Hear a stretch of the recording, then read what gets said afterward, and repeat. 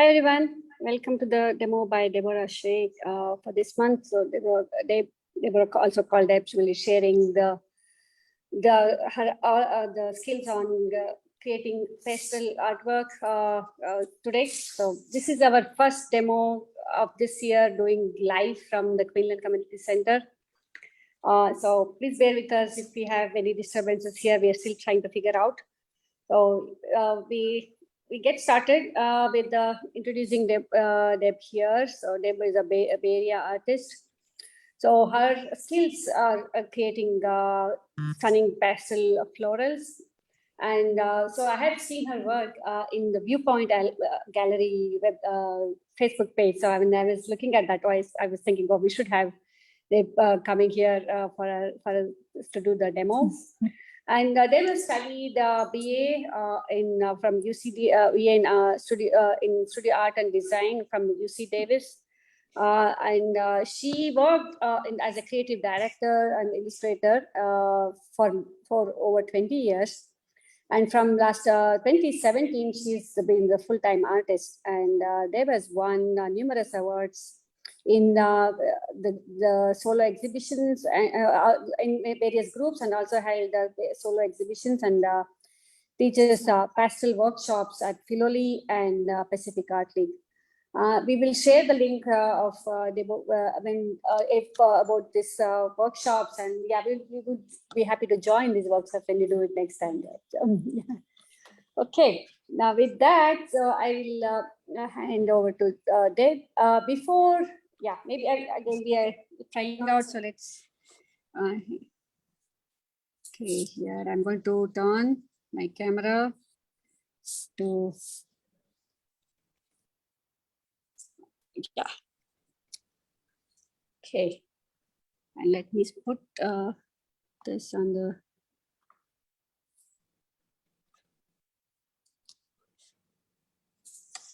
Okay, can you hear me well from this phone? Yes, right? Yes. Okay. I don't know why the speaker of this phone is here. Yeah. Should we do from your phone then, so that I will stop the audio from this? Sure.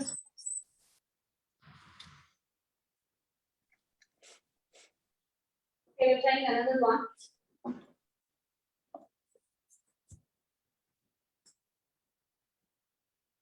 This is yours now, this one, right?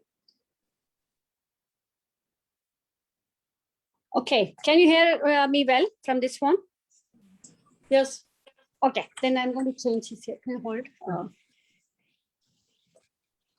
Change the spotlight to.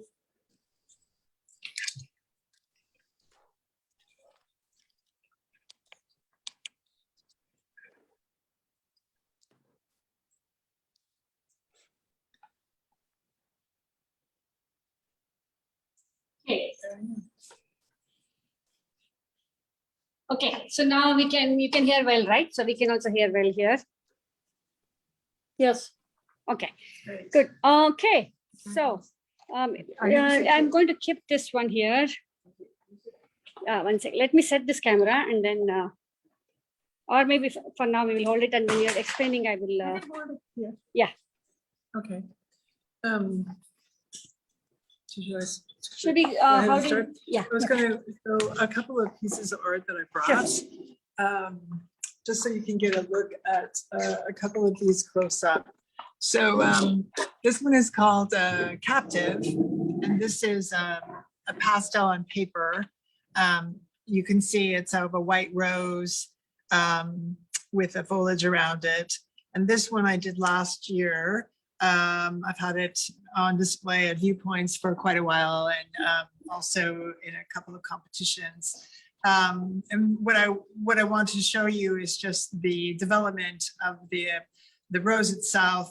Has got so many layers, and the soft development of the light and the shadows. So you see a lot of gray, warm grays that I used, and also the lemon yellow to show the light coming through the petals, and then the golden light inside here. So pastel is a wonderful medium for developing all those very subtle, lovely colors. And that's one of the reasons that I love to work with it. It has such depth. So it's not the easiest of mediums, but I feel it's very worthwhile in that regard.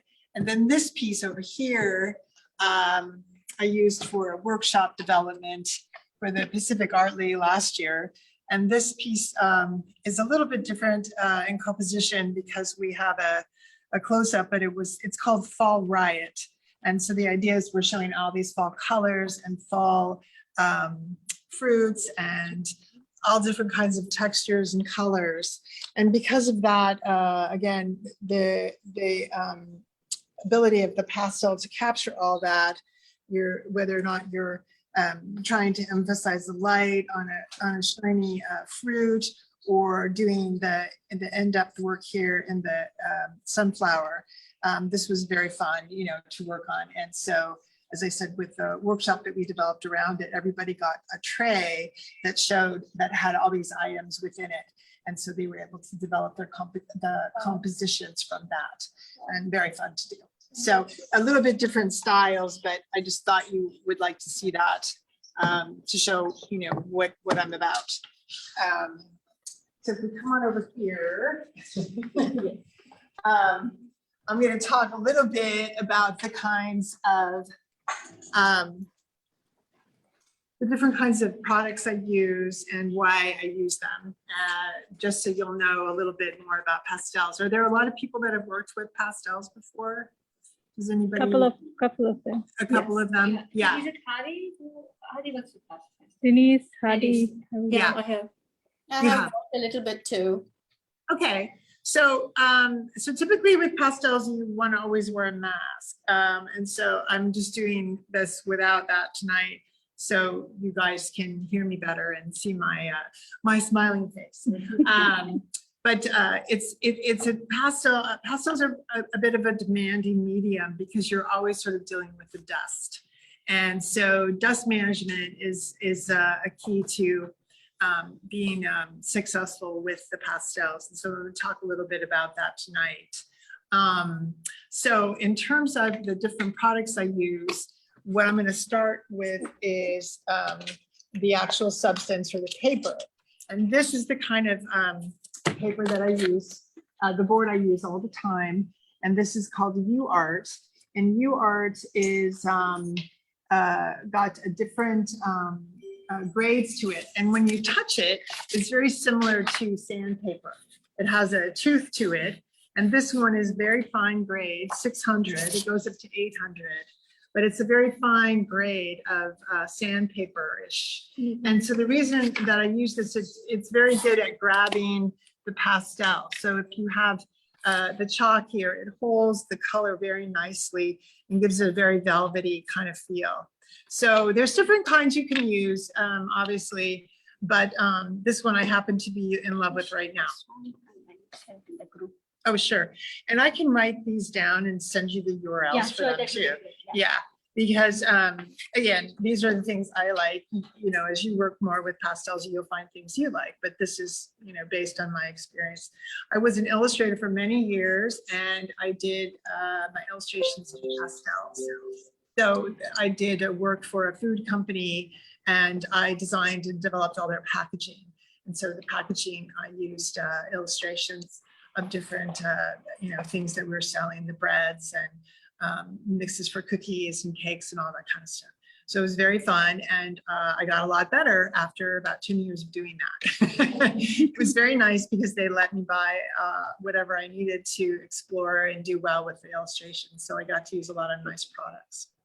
So that's the paper, and you can see here on the board, I have a board here that I've taped one of these down to, and I've taped it. And what's nice about using this particular product too is that it's a stiff board, and it's really nice because it just helps you with fine details and things. You're not having to deal with the curve of the paper. It is also sold on a big roll, which is great when I'm doing my larger pieces.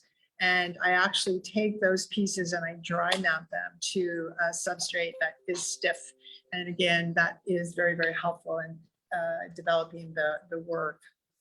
I have this product I use called Art Guard, and this I use on my hands because of the mess that pastels make of your hands. This is really, really helpful for handling all the chalks. And this is a barrier cream that works by putting a layer between you and the chalks. So it's just like that, and you just rub it into your hands. And this helps also if you have beautiful nail polish that doesn't mess it up, which is really key because you always want to look good while you're doing your artwork. How does that compare? How does that product compare to gloves in a bottle? Well, I don't know about gloves in a bottle. Maybe it's similar. But this one is the one I've used. I don't know about the gloves in a bottle. I have attempted to do pastels with gloves on, and I have a terrible time with that. So some people might find that that's the way to go, and I totally respect that. But for me, I just cannot feel the pastels and paper like I want to. Anyway, so the Art Guard is great. And then for the actual pastels, I brought some different kinds to show. Let's go over here first. So I love to experiment and try different kinds. This is one kind here called Art Spectrum. And most of the time I buy my pastels from a place called Dakota Pastels. And I'll be able to give you the URL for that. But that's like what they do. They're all about pastels. It's just kind of a gorgeous, wonderful environment of pastels. And so I think they're located in South Dakota. And so a lot of the professional grade items that they carry, you really cannot find in other places. So I think Blick has some, Cal Art Supply has some, but if you really want to get, sort of into the weeds of really fine things, you'll find a lot to choose from there. So this one is a temperate landscape, and you can see how beautiful these colors are. Art Spectrum has really gorgeous colors, and they are a finer chalk that doesn't have too much dust. You'll find that some of them have more dust than others, and typically when you use intro grade pastels that you can buy cheaply, they'll have a lot more dust and a lot less pigment. So pigment is really the thing that makes pastels an excellent medium. And there's a very small amount of binder in the pastel chalk. So binder is, what you use to bind a pigment to, oil when you paint in oils, or in this case, it's a spirit gum that's used. And so what happens is when you use this, you get the closest form of a pure pigment on the page. So of any medium. It's because it's just got that tiny bit of binder in it and allows those beautiful colors to come through. So that's really why you want to use pastels, and why you put up with how difficult they can be sometimes, because it just has such gorgeous color. So anyway, so this one is beautiful, as you can see, and that's one of the ones I like. This is another kind called Blue Earth, and Blue Earth has a wonderful velvety feel to it. When you hold it in your hand and work with it, it's just like creamy almost on the paper, and it gives you a beautiful, beautiful texture. And these are very small, but they pack a lot of punch. If you guys were here, you would be able to see all of these and use them, but you're safe at home. So I guess that's more important than learning about the artwork. But anyway, you can see, you can buy these individually too. So if you find colors you really like, you can buy more of them. I typically get like a lot of whites and a lot of blacks because I go through those a lot, and then you can buy Art Spectrum, individual ones as well. It just depends on what, as you work with them, you'll find more that you like. These are called Diane Townsend, and these are beautiful, beautiful colors. I can hardly open this. It's like she has beautiful colors, and these are hand rolled. So you're kind of getting into quite the niche of pastels here, but beautiful colors and beautiful textures again. You'll find that some pastels will have a beautiful range of reds.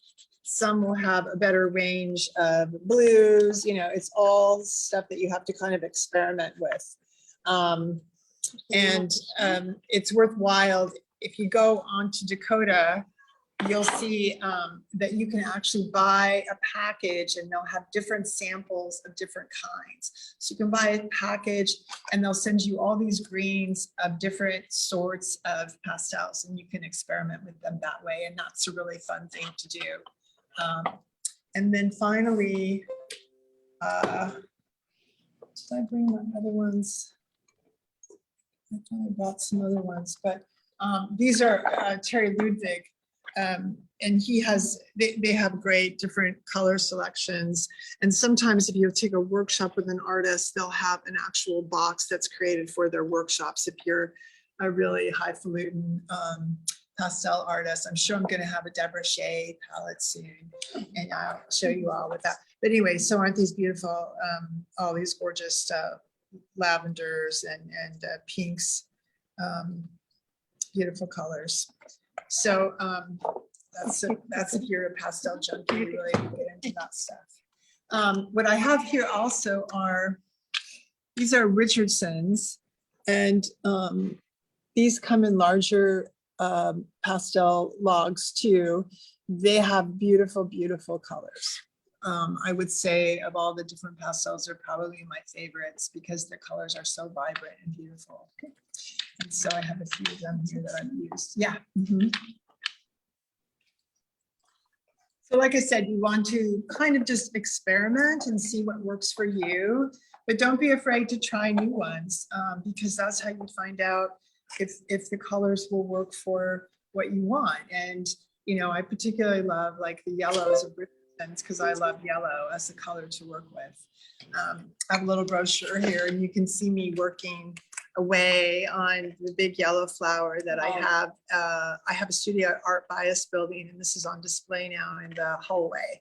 And this one, a first place award for pastels at the Society of West Coast Artists just this past month or so. So that's a large piece, and you can see how beautiful the colors are in it. Gorgeous ones, yeah. Then the other thing I use that's very, very helpful, I use baby wipes to wipe my fingers while I'm working. So if you're working with a dark color, you don't want to grab a light color and start working with it and mess it up because it'll show up. The clean yellow might get sort of distressed if you have a darker color on your fingers. So I usually have one or two of these out, and I'll be working away with it as I'm developing the drawings. These are the most gentle on your hands, and you can use them without worrying about, you know, getting your fingers all rubbed raw. You know, it's the best thing I've found. Okay. So what I'm going to do here is show you a little bit about the drawing that we're going to be working on. And I work on very. Somebody have a question? Yeah, I have a question. So I know there's a lot of different brands of pastels, and some are known for being more vibrant or having a lot of darker colors available than others and so forth. But I don't see a lot written about light fastness of the pigments that different brands use. Can you talk about that? That's an interesting question. I think when you get into this grade, they're pretty good. What I would suggest is when you finish the work that you frame it with a UV resistant acrylic. Yeah. Yeah, that would be my suggestion. And then never hang it in direct sunlight. Yeah, of course. I haven't had any problems with my work ever fading, but that would be my suggestion. It just any direct sunlight is super hard on a piece of artwork. So it's just better to avoid that. Do you use pastel pencils at all? Yes, I have pastel pencils right here. I'm going to talk about those. Okay. Yeah, so I'm trying to like pace myself a little bit. So what I did was, I'm kind of a slow artist. And so many. Yeah, I'm like very dogged. Like I never give up, but I'm very slow. So I kind of you have to bear with me a little bit here in terms of that. So you can see the top part of it.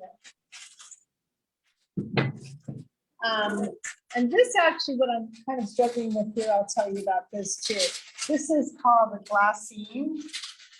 And glassine paper has like a very smooth surface to it. And you can put this over your work and it won't disturb the pastel very much.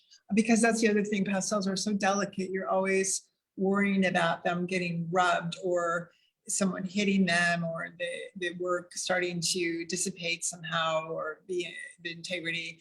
But this is nice stuff to put over it. And then I just transport it that way while I'm working on it. And that works for me. So like I said, I'm pretty slow at this. So there's a couple of things I've done to kind of help me. Now, with this drawing, what I've started here is just a sketch, as you can see. And then I also have here is the photo reference. So this was a picture I took of peony, and I love to draw peonies. They have so much beautiful color in them and so much depth, and they have beautiful, beautiful shapes in them. Not too much, tiny detail, but they're a big, strong shape. And that's the kind of flower that I love to draw. I'm very partial to tulips and roses and peonies. I've done some large peony pieces. So with this one, when you start with a photo reference, always keep in mind that you don't have to always stick to it. The photo is a reference. And sometimes I start with a photo that I've taken, or I will see something and I'll start to draw it, and then I'll finish it up at my studio. I'm very detailed oriented in my drawings, and there's a lot of people who like to work on plan. That's just something that I haven't really done. Maybe down the road I will try that, but I'm a person that really loves the detail, especially in the florals. So, so as I said, you can start with the photo reference, but you just need to know that you never need to be completely married to that. The photo is just there for you to help you out, but you have to always think of what you're doing as a 3D object. It's really important that you get that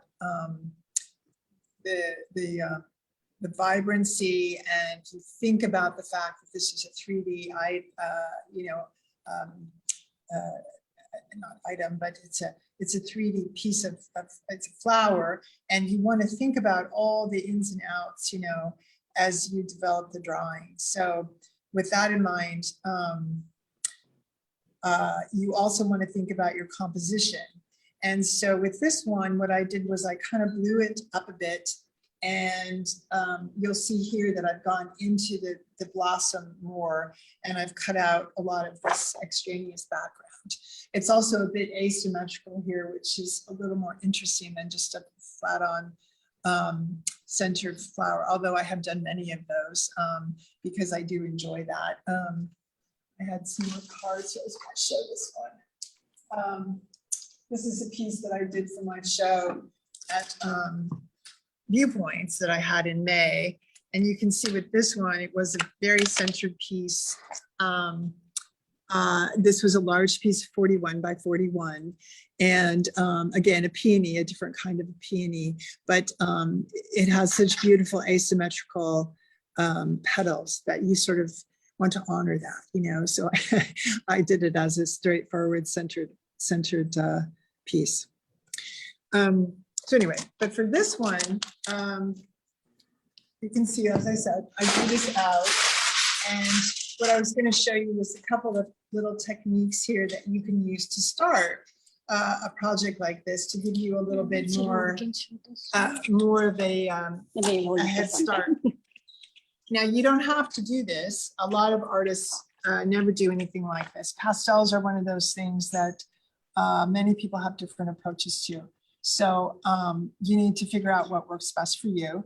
And one of the things that's very important to keep your drawing very strong and beautiful is the value. So value, I'm sure, as you all know, is the scale of dark to light. So you always want to have darks and you always want to have lights. In this image here, you can see there's a lot of dark values going on within the center and where the petals start and as they come out. So that's really an important thing to keep in mind. As you work with pastels, when you're working with a darker tone like that, it can get very messy very fast, especially if you're layering it and trying to really hold that dark value and that integrity. So what I do sometimes, and typically I do this with larger pieces, especially because it's a lot easier, is I'll actually make a little bit of a alcohol wash to help set this color up.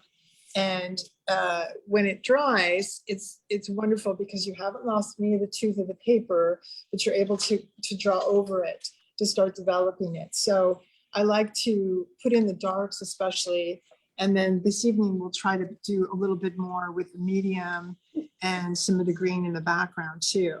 So these are the colors I pulled to work on this. This is what I do whenever I start drawing. I'll pull the colors that I want to work with. And so you can see the shades, the highlights. This is, you know, the yellow center, some of the greens in the backgrounds.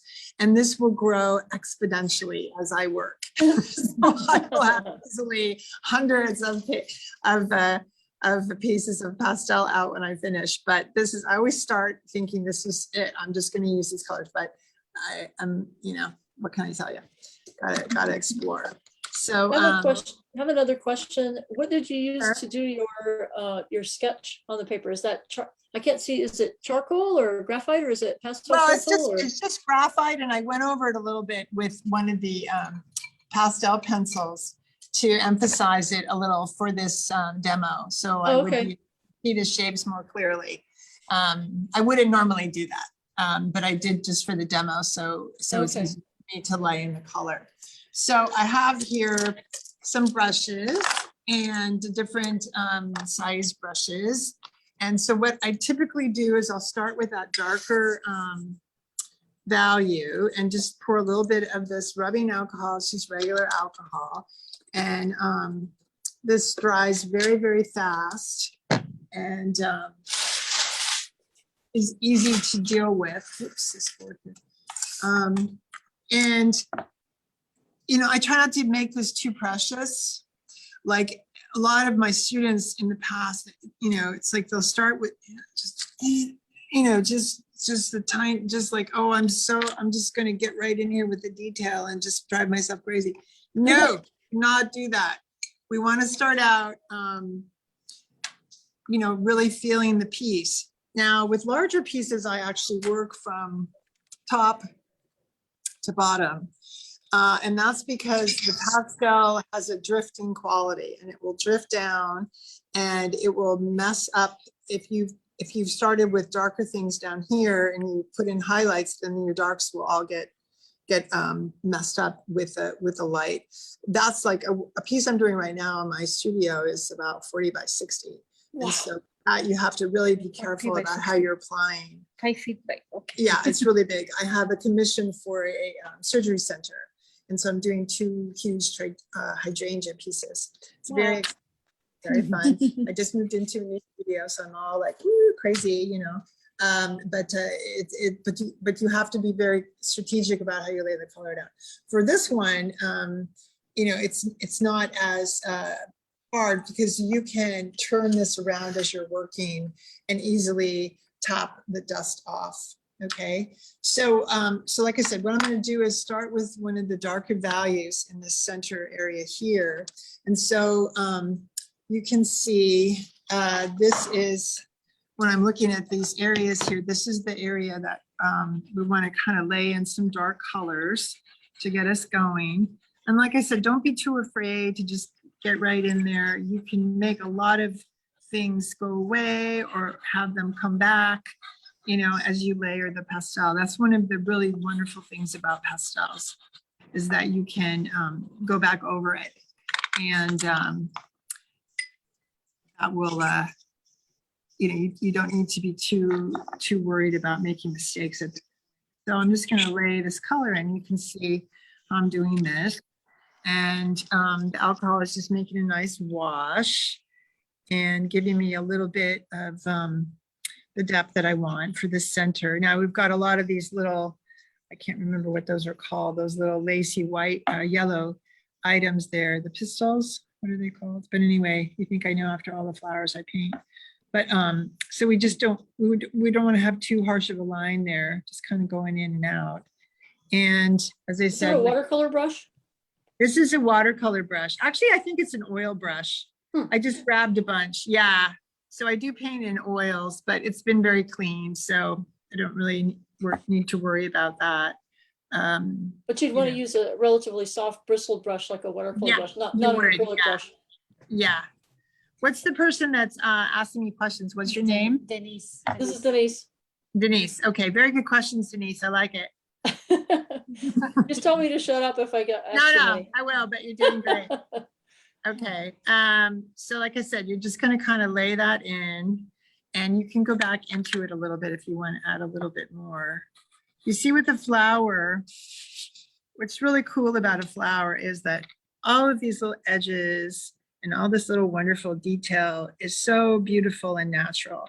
So you never want to have too many harsh lines and things with flowers. You really want to pay attention to that grace that they have, because that's going to make your painting, you know, really really honor that flower. If you're looking to do realism, you know, so I'm doing realism here, and that's what I want to do.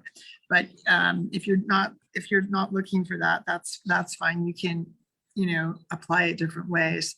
So you see here we have a darker area in here. So because this is blown up, you can get a little messy. You can get a little confused when you're looking at the areas to color in. But this is right here.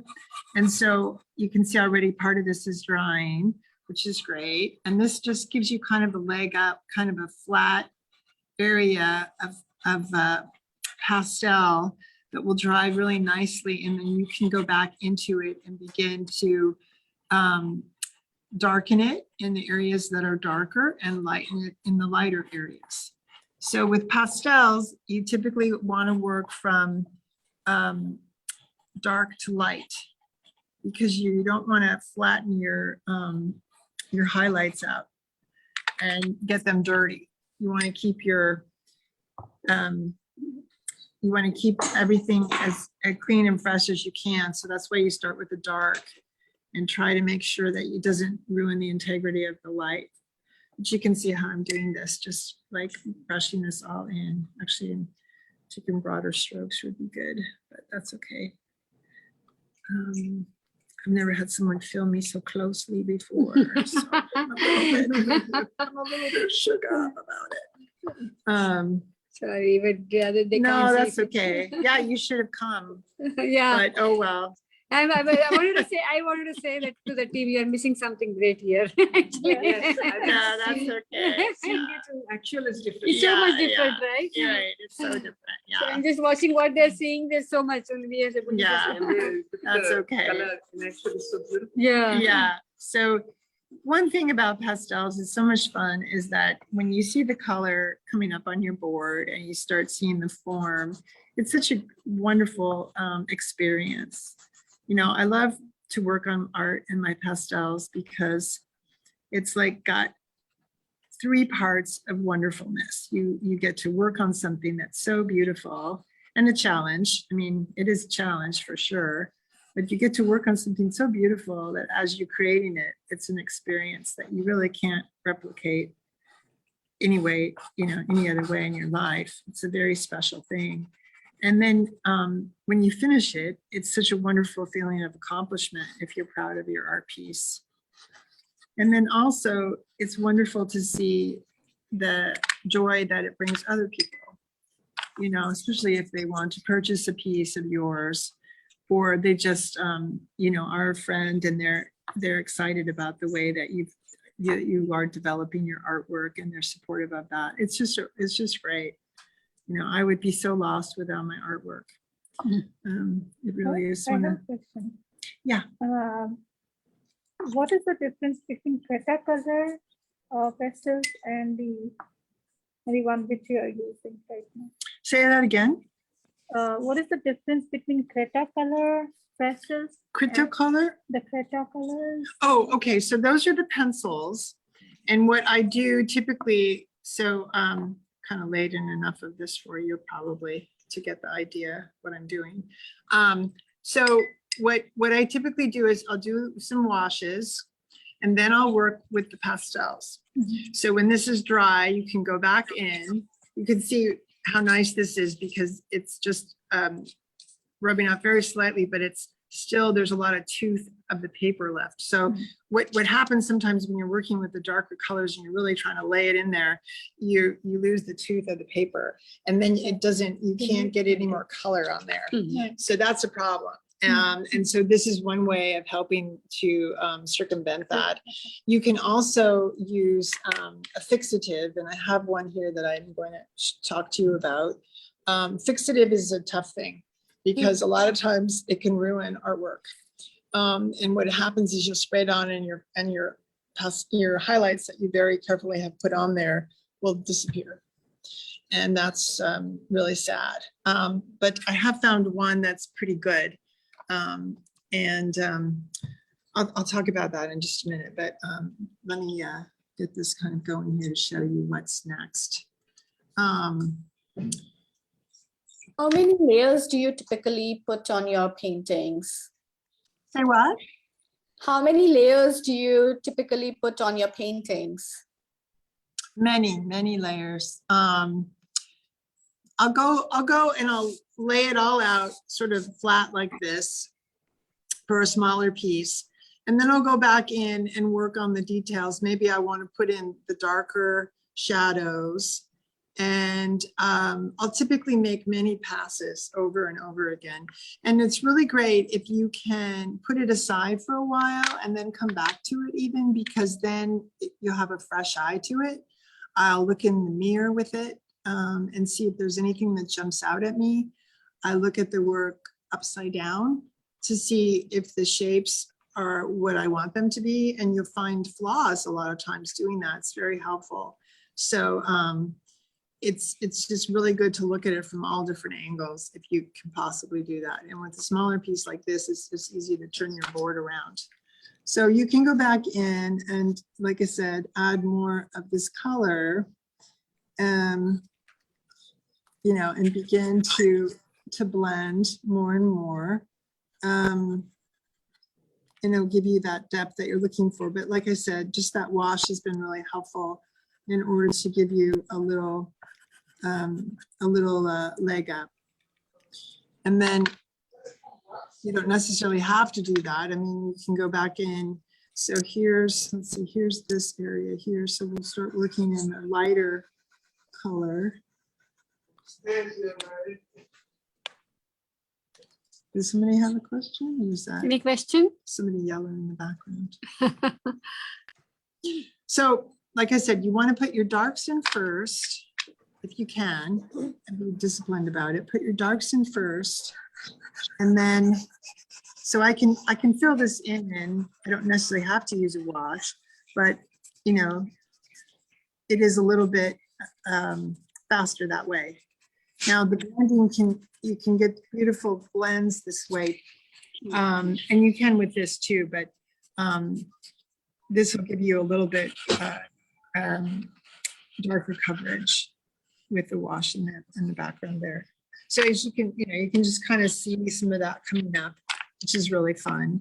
A little bit more. And I'm not wearing.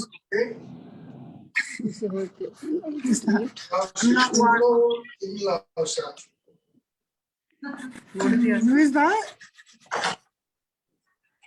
I'm not worrying too much about the detail at this point. You know, I'm just kind of laying this color in. Sometimes it's great to just go ahead, put this all in as soon as you can. And it will help get over that feeling of like, oh my God, you know, there's so much white space. It's making me crazy. I'm nervous. I've got to like fill it up.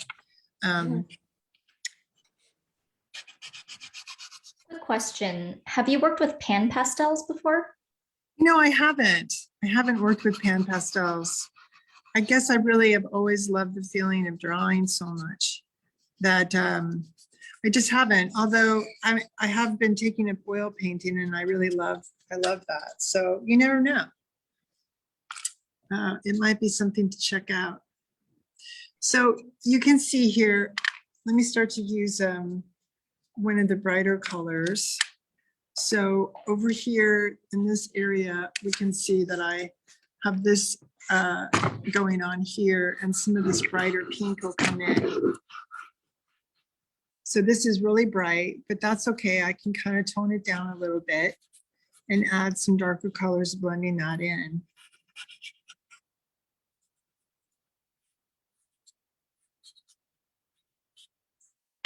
And then you want to maybe bring in something that's a little bit more gray. That's a very bright color. You can always kind of dampen down bright colors, but you know, you want them in there to really give your artwork a real lift of life. It's like the highlights. You know, the highlights are so important because that's the way that you see the life in a piece. But there's a lot, of course, of development of the middle ground before you put those highlights on. That's super important. And so I will listen to a podcast or music or have a movie in the background and do this for hours and hours every day. That's my life.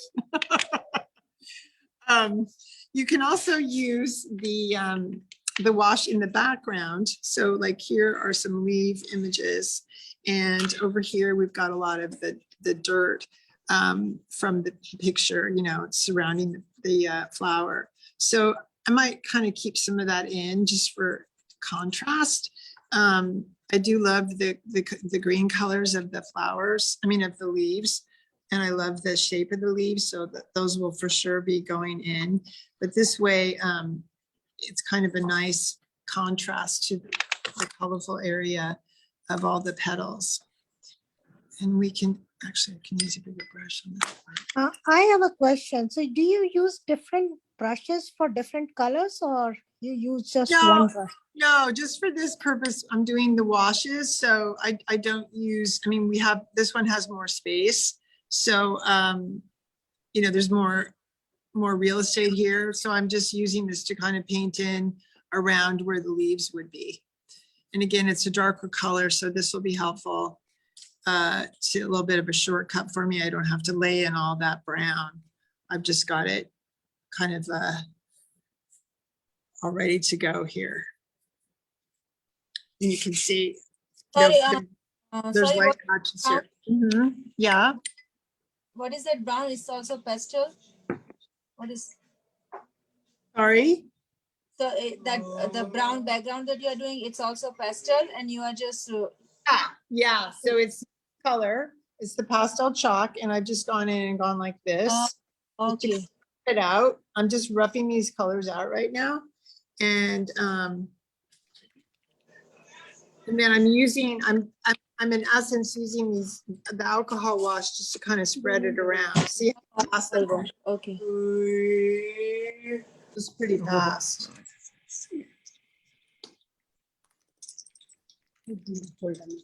So what percentage of alcohol are you using? Oh, it's just rubbing alcohol. This is rubbing alcohol. 91%. 90? Yeah, Okay. it's just the kind you buy in the drugstore. It's no big deal. Yeah. And have you ever tried mixed media with your pastels? Nope. No? Okay. No, I used to do a lot of collage work when I was younger, but not with the pastels. Hmm. Some people do. you know, they'll use charcoal or, you know, they'll use it with paints as well. But I really love the pastels to keep them kind of pure. So it's just, you know, very preliminary. Like I said, I'm very slow. So it's not going to become beautiful anytime soon. But you get what's going on. And then this part of the flower is really fun to work with. And that actually is going to require that you get in there probably with some pencils. And so I have all different kinds of pencils that I use too for the finer detailed work. And oh, this is a cool pastel brush too. I can show you this. So it has a small end here and a very large, a very round, large end on the other side. And this is helpful sometimes if you're looking to just kind of blend and extend some color. And this one can help with moving in tight areas too, you know. Would that actually be preferable to using your fingers to blend maybe? Because don't the oils from your fingers become a problem sometimes? Not really. I haven't had them be a problem. It's just getting into these really tight areas sometimes. You need, like I said, you know, the pastel pencils can help a lot with that. So if you have a lot of detail, let's say we're kind of looking at this area in here. Let's see. So right here, we've got some of the, there's a little piece coming up here. And just make sure it's a little bit different scale. Okay, yeah, so this is this one. And then this one here. Oh, there it is. Okay. Like I said, different scale. So this one, you want to come in maybe with this lighter pink. This has got a little orange in it too. Yeah. And these are, this is a Faber-Castell Pan Pastel. And then I also have some others here. This is a really nice kind that I've just recently tried to use. This is not really the best color. Let's see. So I probably should have pulled the pencils I would have used too. But anyway, this helps you get into a lot of the detail. And you can follow the sketch that you made, and you're beginning to fill this little section in. And then you can blend that a little bit with your pinky finger. Okay, and then go in with like a darker pencil to begin that the shading that you see. Yeah.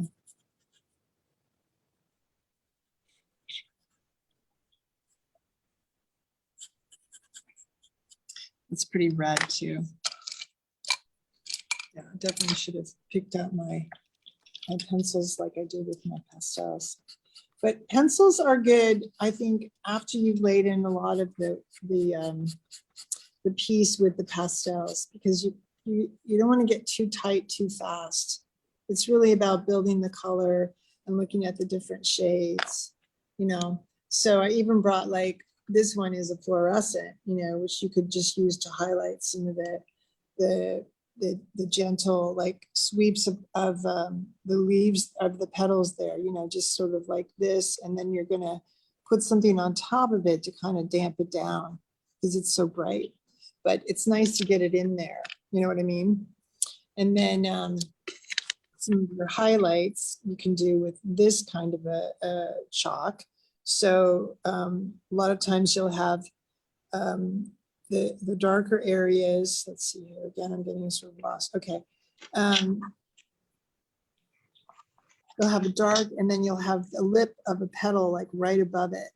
So that would be a lighter, definitely a very light value.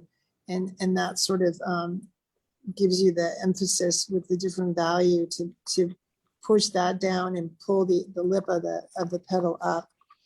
And then you're going to go in there and just begin to add, you know, some of the delicate shading with the pencil. See that?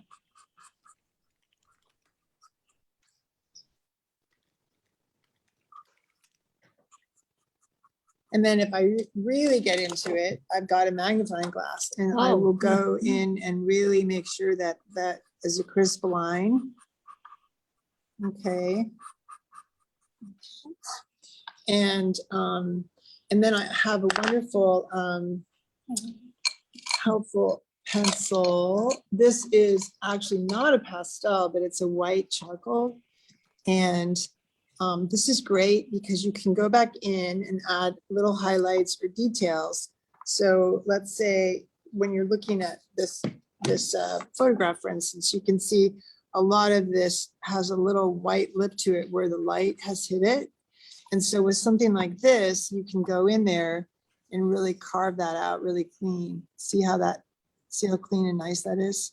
So I typically will do this towards the end of the drawing after I've laid in all the color, and you can just really get that line clean and sharp. Since the pastel pencils are harder, is there ever an issue with them scraping off the pigment underneath that you've applied from the sticks? No, it's gentle. Now, the other thing is you can do layering with the fixative. So this fixative is not how this comes. This comes in a spray bottle that is like a pump, like you spray it from the top, and it's terrible. It's a terrible delivery of this particular fixative. It's called Spectrafix. And I don't have the original bottle. I wanted to bring it, but I didn't have it. So what I did was I got this, which is for hairdressers. And they'll buy this, and you can see it has a plastic inner bag here. And this will give you a very fine mist, right? So with the Spectrafix in the bottle that comes in, it'll come out in big droplets, which is awful, right? Because that's not what you want. The wonderful thing about this product, though, is it's casein based. So it's not going to kill you or your brain cells or, you know, prevent you from having children. It's really great in that regard. So, and it does work nicely too. It's kind of a gentle fixative, so you can go back and work with it. But so typically you might get to a certain point and you can spray it with this. And what I like to do is I like to spray it and let it fall. So you're not like spraying on the thing, you're letting it fall a little bit. I hope this won't get on you. So just like kind of like that. It's casein based, so there's nothing in it that's toxic. And then you let this dry, and you can even see here, there's some droplets that you can see still from it, but you can easily wipe those down. And this will give you a little bit of like a platform because it kind of seals the pastel, and then you'll be able to draw on top of it easily. So if you ever get to a point where you're like just maxed out the tooth on the paper, you can layer that way, okay? And then you can see as soon as this dries, you can easily kind of brush out some of those spots. I haven't let it dry all the way, but you can see what I'm talking about. So it's very helpful to have this. I still don't use it as much as, you know, I mean, there's a lot of artists that have different views of using fixative. Some pastel artists use them, but I just find that they can really wreck the painting. So you really have to watch it. How are we doing on our time? It's 8:30. Yeah, Unless- we'll do 20 more. We don't have artists of the month. So we can go for 20 months. How come you are able to save your hair? How come I usually wear it clipped back? Yeah. Yeah, I'm just a mess when I'm doing my art. Because otherwise, you know, yeah. Mask and like, it's Yeah, but you know, that's what I need to do. So I can keep working on it if you want. Are we finished? Yeah, though? we'll do 15 more minutes, then we can wind up because we have to close the room by 9. So we Okay, can do for all 15 right. more minutes. Yeah. Does anybody have any other questions for me? You want to wait on the question and answers? You work Can you vertically. show us how you do the center of the flower with those tiny stamen thingy? Right. So, yeah. So what you need to do is sort of work on the whole thing as a single shape, right? So, let's see here. This is, so this is the middle part here is I've just drawn in slightly a little bit here. Let me do this a little bit more. Sort of get my bearings. So this is this part, and so these are the little yellow filament things, you know. And so what I would typically do with this is paint that in. So we'll paint a little yellow in there.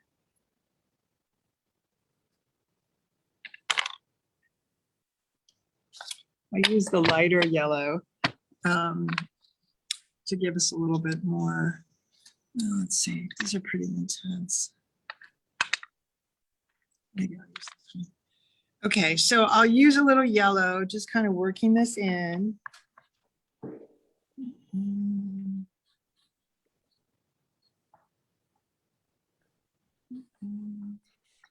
Actually, maybe I won't use this with. It's better to do this. So do you put alcohol on every color or just the darker one? No, not on every color, but it can be helpful just because it gives you a nice base to begin to work your detail in. Okay. So it's really kind of up to you, an experiment. You don't have to, but it's kind of nice. I mean, I can do it with my fingers and kind of blend it out, and I'll show you the difference between that and doing it with the alcohol.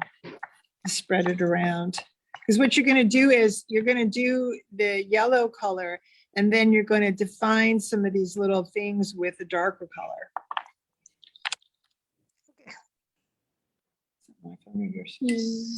So I have a question. So you do all the details with the pastel pencils, or? A lot of it, yeah. Okay. So I'm gonna just paint this in a little bit.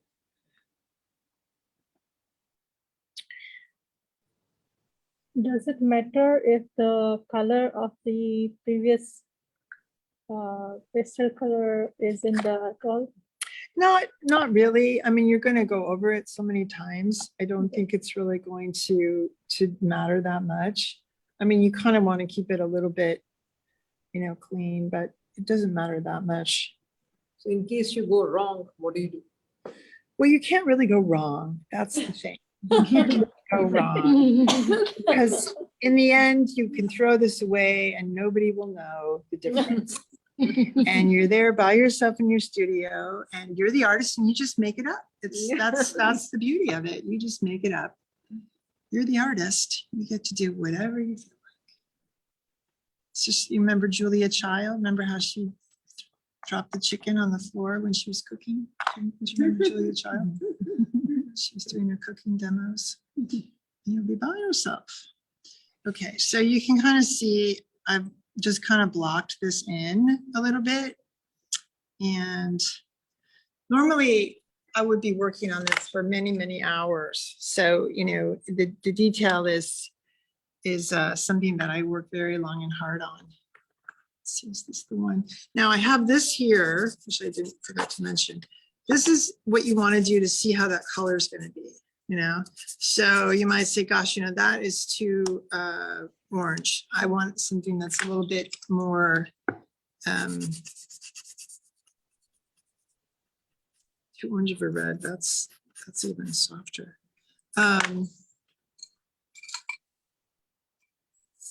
More the darker, something darker.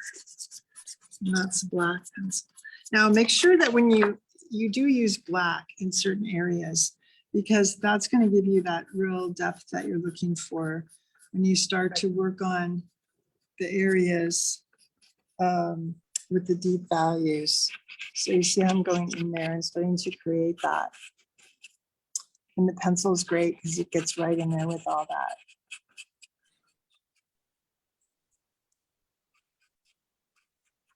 And then you can soften it, you know, right here it gets a little softer, the way that it starts to mold that petal from behind. See that? Okay, so with this one, let's just take this anyway. We're going to look at this edge here, right? This edge right here, and start to kind of block that out a bit. Of course, I picked the hardest thing to use here in my demo, which was not intentional.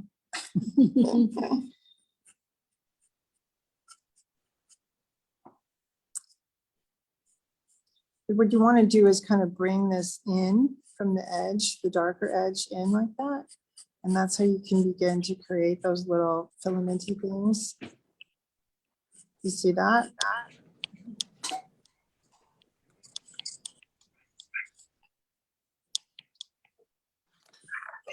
And that's just, you know, you would work on this more and more.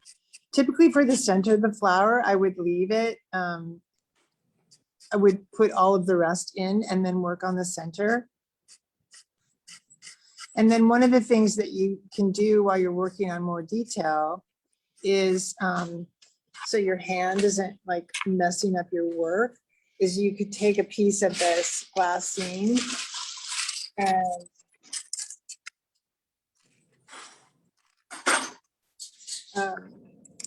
if you take a piece, well, I'm going to rip a little bit of this off the back. You can take a little piece of this and put it on and then rest your hand on that. So you're not going to mess up your work. The other thing is there's a painter's, I can't remember what's it called? You can rest your hand this way as well. So, you know. A maul stick. A maul stick, thank you. Yeah, so you can rest your hand like this while you're doing it, just so you're not dragging your hand through the work. That's another one of the reasons why you can start from one point to the bottom too. But like I said, with the smaller piece, it's a lot easier to maneuver.